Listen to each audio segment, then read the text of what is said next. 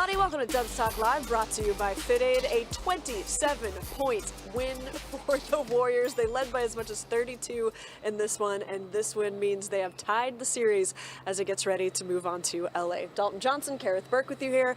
Coming into this game, we were talking about the adjustments the Warriors should make. Quick rundown: more points in the paint, make it a quieter night for AD, and limit the Lakers' free throws. I would say the Warriors were successful on all three. It's check, and another check. Exactly, right? It felt like everything that went wrong for the Warriors in game one flipped in their favor for game two. The three-point shots were still falling.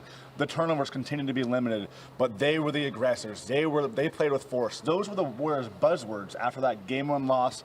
After the game, after their film session, aggressors, play with force. It's exactly what they did. Draymond Green on Anthony Davis made a giant difference in my eyes. He was super aggressive on both ends of the floor. And you can kind of, again, feel the speed, the force that the Warriors played with. They didn't let the Lakers get comfortable at all at any point in this game.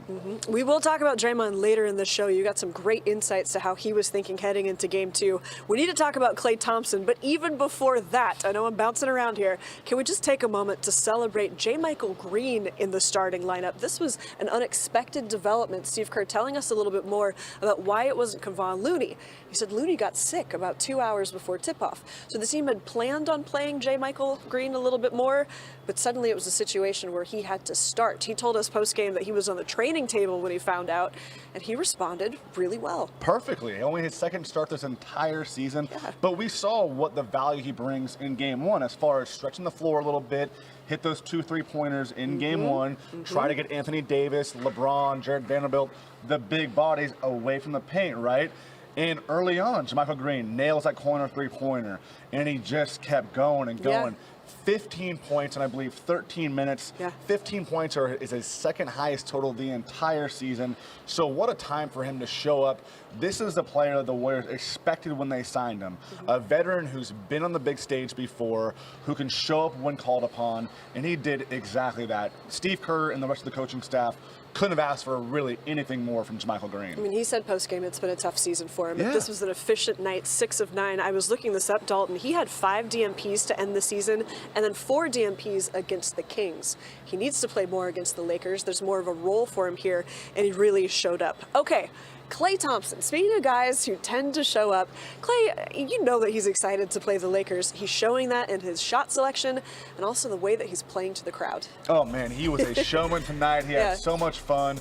We knew that coming into the series, Klay wanted this, as we've talked about, right? He said he's waited his whole career for this. Oh, yeah. And this was the game where the previous game, it felt like we might see a Klay day, but he never really had that eruption. The second quarter, though, 14 points in the second quarter.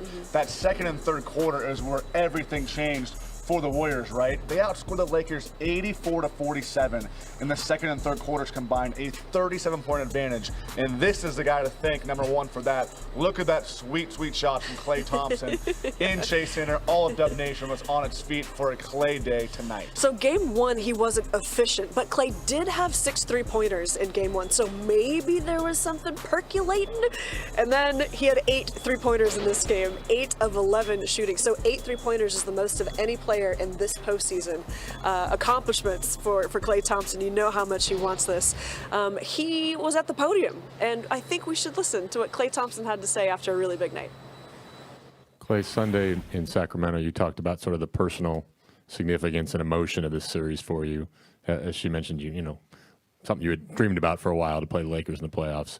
What's it going to be like to play the games in LA now, the next two, and how does that sort of change the dynamic for you, I guess? Doesn't change much. I'm going to be myself. I'm going to play hard on both ends. I'm going to hunt great shots. But just from a life standpoint, it's such an incredible experience to play in front of my friends and family. I mean, I would go to Staples as a high school basketball player with my pops, just dreaming of playing on that floor, playing, you know, against the best in the world. Now to be here and be a part of it, I don't lose sight of that perspective of how great this opportunity is.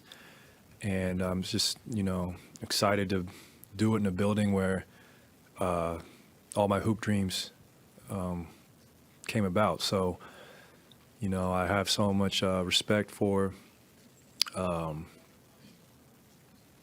just the opportunity ahead for me. And I'm the huge Kobe fan, obviously. He was my biggest inspiration, and I'm just going to play my hardest, just to honestly honor him and Gigi, because without his play and all those years of me viewing his tenacity on the court, I would not be the athlete I am today. Clay, how do you view your specific matchup in this? You got Reeves guarding you, at least to start. You got maybe Schroeder on you. You guarded Reeves last game. I think you were guarding D'Angelo a lot tonight. Just how do you view that, and how can you win that matchup?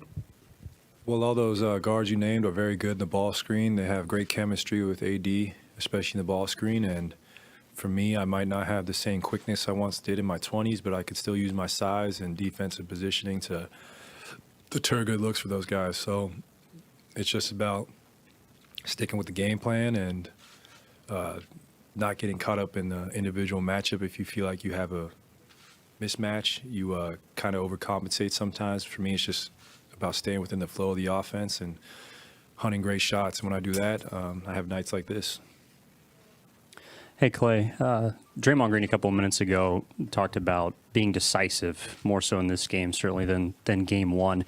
Did you sense decisiveness specifically from him, and how much easier does it make your job when he's locked in on both ends like that? That's the Draymond Green we love. I mean, he's so great in the pick and roll. He's so great at making plays out the pick and roll, and he's like a point guard for us out there, being 6'7", 250, and the ability to get to the rim, shoot the three, hit the open man.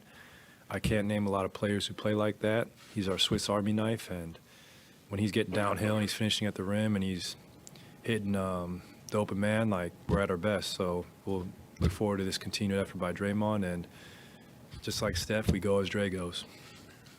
Clay, how did it? Can you repeat what you were saying when you banged that three early in the third quarter, or is that something that you can't go into?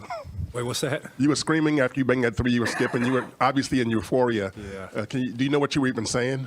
No. Sometimes when you're out there and you're having fun, things just come about without intention or thought, and I think I was saying something along the lines, I'm the one, a few probably cuss words in there I'm not proud of, but those are the moments I feel the best as an athlete, when you feel like you're just clicking and your game is just effortless.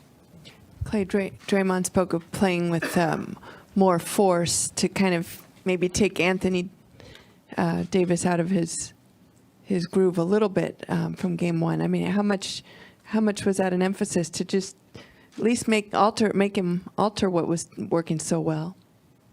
Yeah, I mean, Draymond can match up with anybody. He does very well on bigger guys, smaller guys.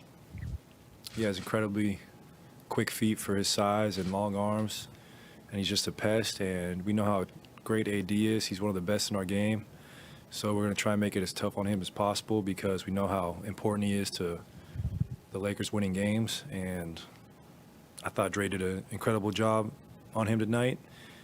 It's a tall task, obviously, for Dre to keep this up, but we know he's capable, and we're going to trust him to, continue to try and slow him down. Clay, here to your left. Yeah, to your left. You had a great game tonight. How did you prepare yourself for this game differently than you did for the first game? I would say I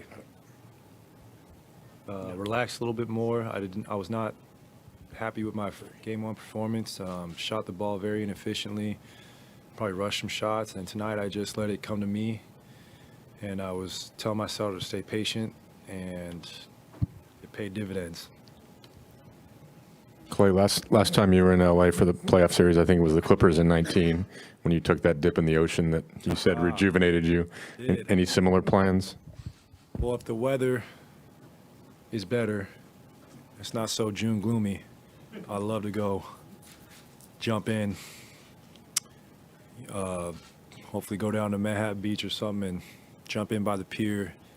There's something just about getting in the Pacific Ocean and body surfing that just resets your whole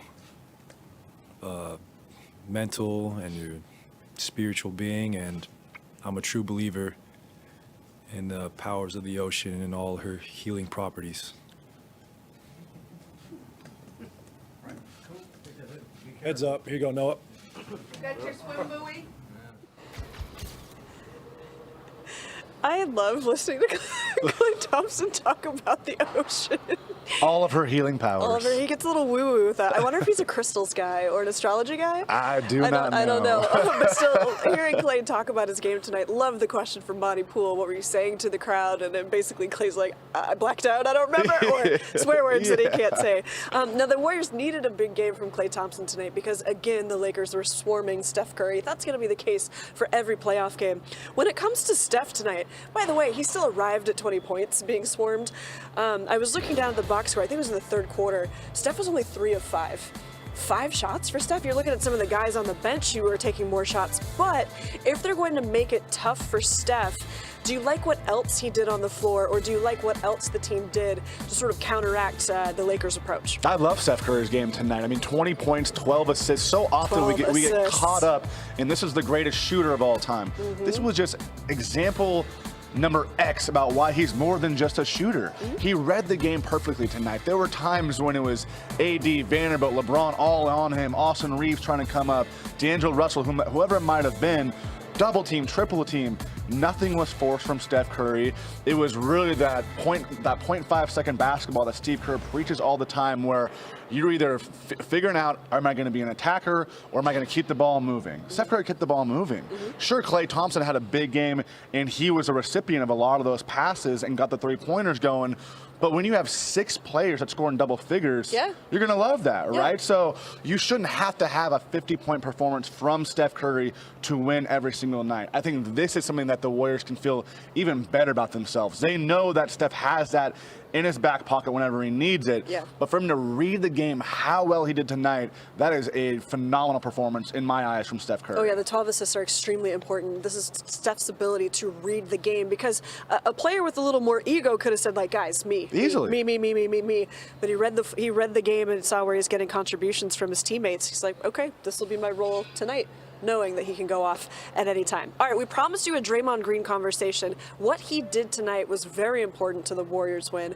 You actually got him in the locker room, so we have some one-on-one information from Draymond Green, and that's coming up on Dubs Talk Live, brought to you by Fit 8.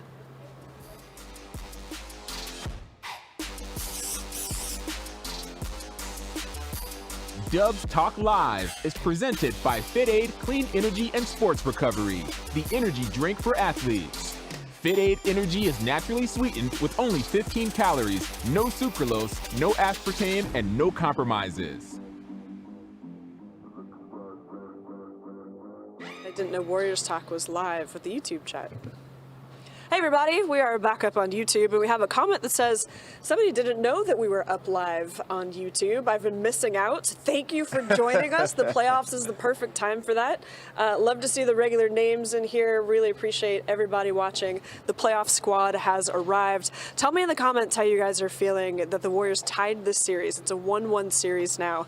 I keep going back to the idea of the Warriors not trying to say too loud, like, shoot, we should have taken game 1. Yeah. Because you can't, because that wasn't the outcome. Right. But they kind of knew. They're like, okay, if we do X, Y, and Z, we should be fine. And they were fine. Yeah, I hate calling game 1 a fill-it-out game, but when you see what happened in game 2, so much of it was a fill-it-out kind of game in game 1, because like we said, the three-pointers were there. They played smart basketball. The turnovers were down, but just the little things as far as being able to get to the paint.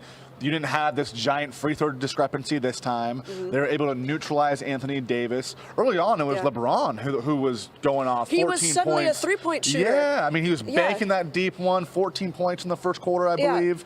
But the way they were able to neutralize Anthony Davis, because he is the biggest mismatch as far as size-wise, as far as skill set-wise goes, for the Warriors. Different than LeBron James. He's now a bigger mismatch than LeBron is, right? Yeah. So that's where it's like, man, they really kind of did that fill-it-out game in game 1, and everything that they studied, it turned out pretty well for them. Yeah, shoot, I had this note. I was like, uh-oh, if the Lakers are going to hit their three-pointers, this will be a tougher game. LeBron, I had this note. I think he was 18.4% so far in the playoffs, so really down on his three-point shooting, and then he hit a bunch of them. Uh-oh. But it turned out to be a non-factor, which was great.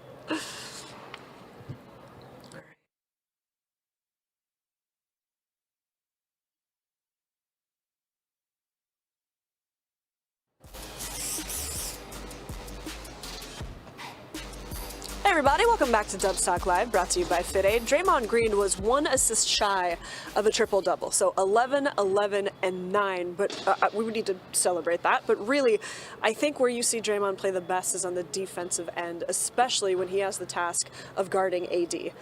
Some numbers. Game 1, 30 and 23 for AD. In this game, 11 and 7, so not even a double-double from a guy who was a double-double machine. Also had 4 turnovers and 3 fouls. You could tell that the fouls frustrated AD as well. So Draymond had the tall task, so to speak. And when it comes to his approach to Game 2, he got a talk from a coach. Can you elaborate on that? He did, yes. I mean, after the game and post-game, more than Steph Curry, more than Klay Thompson, Andrew Wiggins, Kevon Looney, Draymond Green wanted to make sure to point out Warriors assistant coach Chris DeMarco, how he had such a big impact on Draymond's game tonight. And I talked with Draymond in the locker room a little bit about that, and he really explained how after their film session yesterday, Chris DeMarco went to Draymond Green and gave him the ultimate challenge. Basically, pulled out his laptop, showed him a bunch of clips through the first 3 quarters, and said, who is this guy? I don't recognize this person. And they're all defensive clips. And we know that that is the pride side for Draymond Green. That's his bread and butter. So he really challenged him. You need to be more aggressive. This isn't who you are. Who is this player right here? That's not the defensive player of the year caliber guy that I know. And as Draymond's explaining, I'm going to lock in. I got you. Don't worry. Fine. Like, let's go. He showed him, hey, I got some good ones for you, though. Yeah. Let's look at the fourth quarter now. And we saw the way the Warriors locked in that fourth quarter of Game 1. That's the player that we saw from Draymond Green.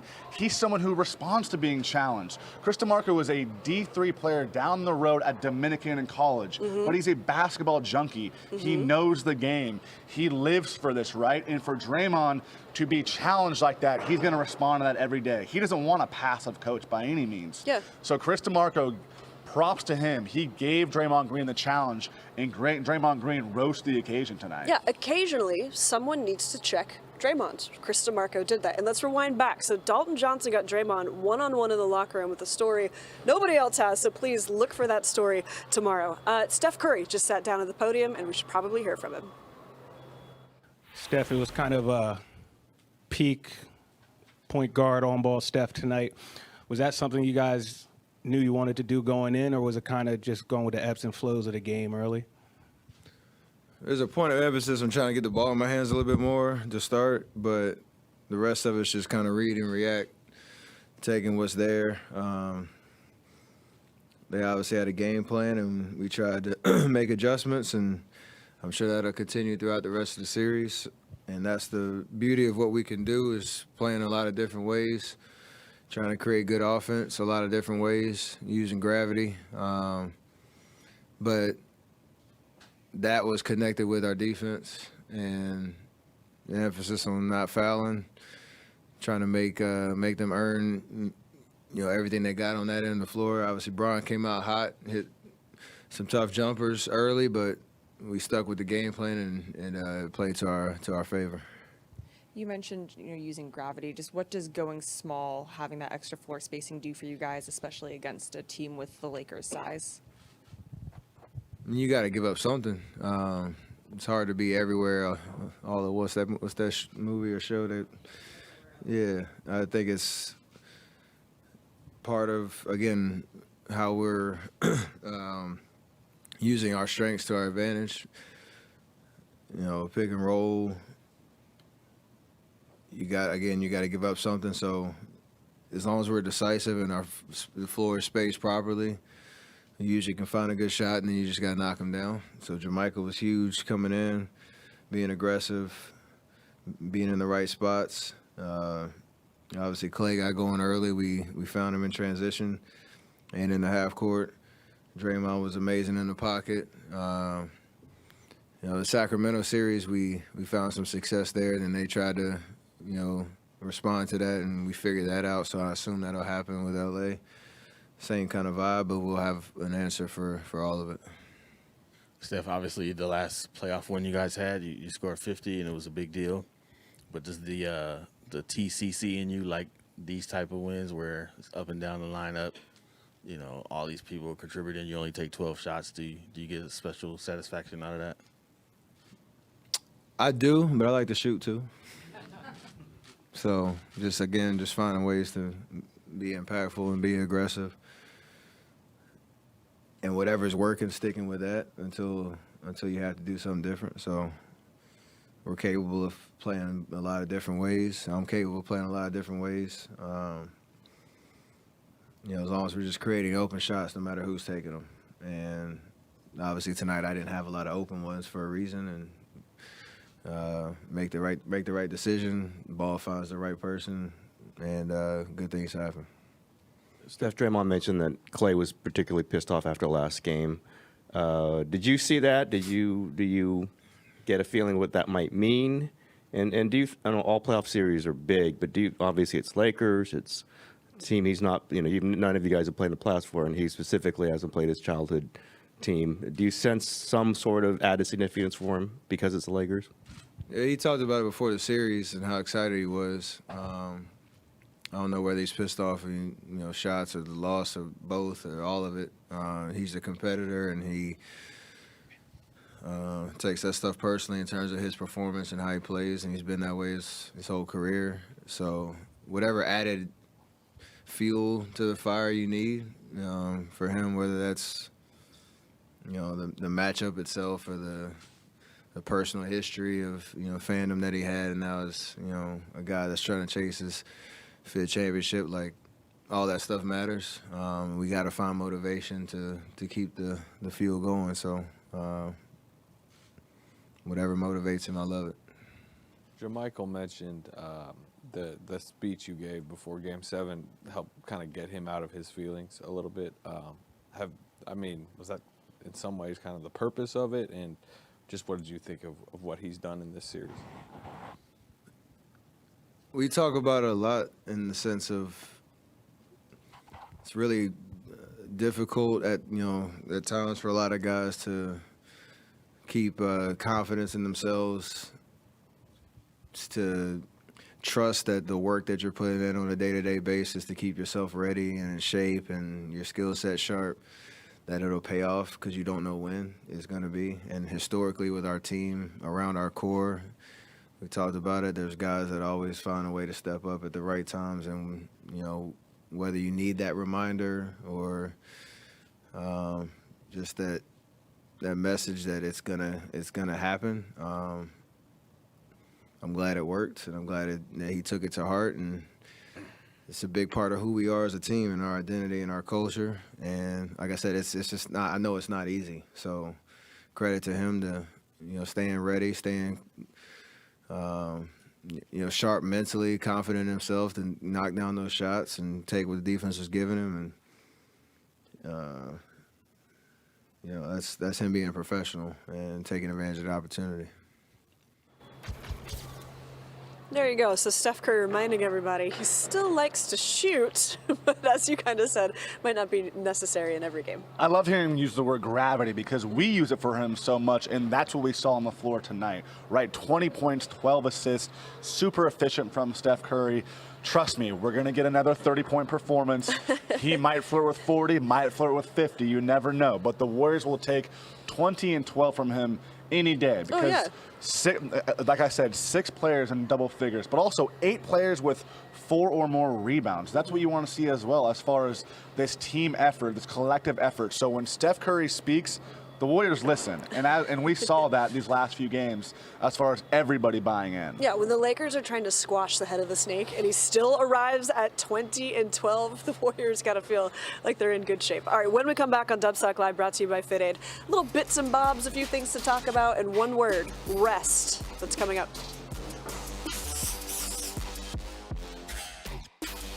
Dubs Talk Live is presented by FitAid Clean Energy and Sports Recovery, the energy drink for athletes. FitAid Energy is naturally sweetened with only 15 calories, no sucralose, no aspartame, and no compromises.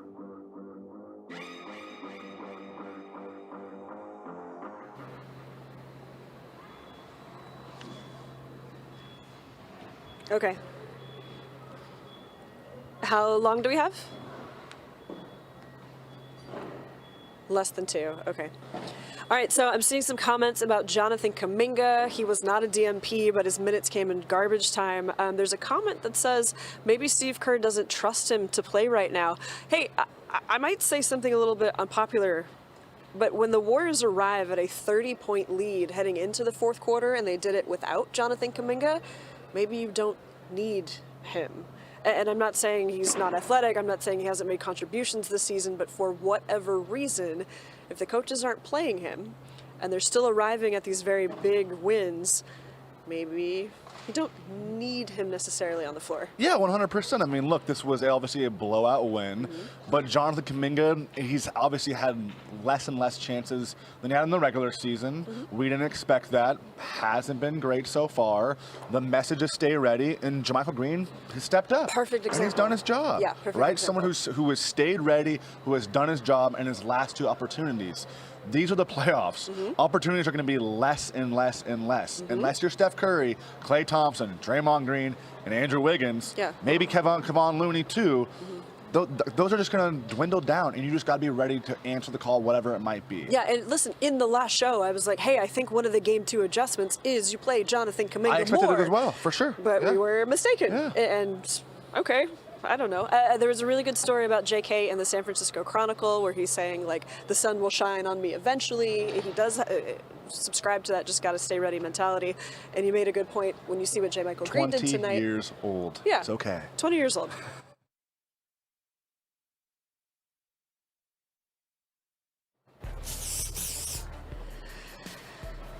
Welcome back. The Warriors get on a plane tomorrow. They are heading to Los Angeles for games 3 and 4 with the series all knotted up. Now, both teams have to be feeling pretty good that they got some rest at the end of this game. The starters for the Warriors not playing any more than 30 minutes except for Klay Thompson. And this, of course, came because the Lakers waved the white flag early. The Warriors had such a lead that it's like, all right, we'll just park everybody and get ready for game 3. Yeah, Steph played a little bit at the start of that fourth quarter. Nothing from Klay Thompson in the fourth quarter. Got to sit the entire time. No players played more than him, who played just a little over 31 minutes.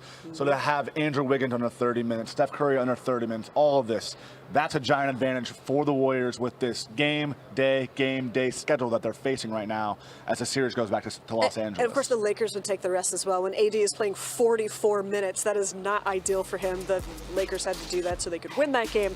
But yeah, okay, so maybe a little bit of fresh legs, a little bit. I'm looking for rays of sunshine here as we head into game 3. All right, the conversation continues with a new Dubs Talk podcast coming up tonight. Okay, good night, everybody.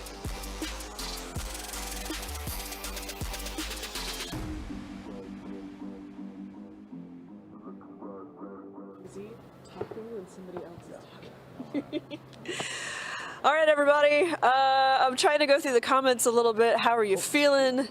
Nobody's played over 40 minutes yet in this series. Nobody for the Warriors, although I don't have game 1 here. Yeah, you okay? Yeah, I just my earpiece was coming out. But what I good. want to talk about too is we just talk about rest.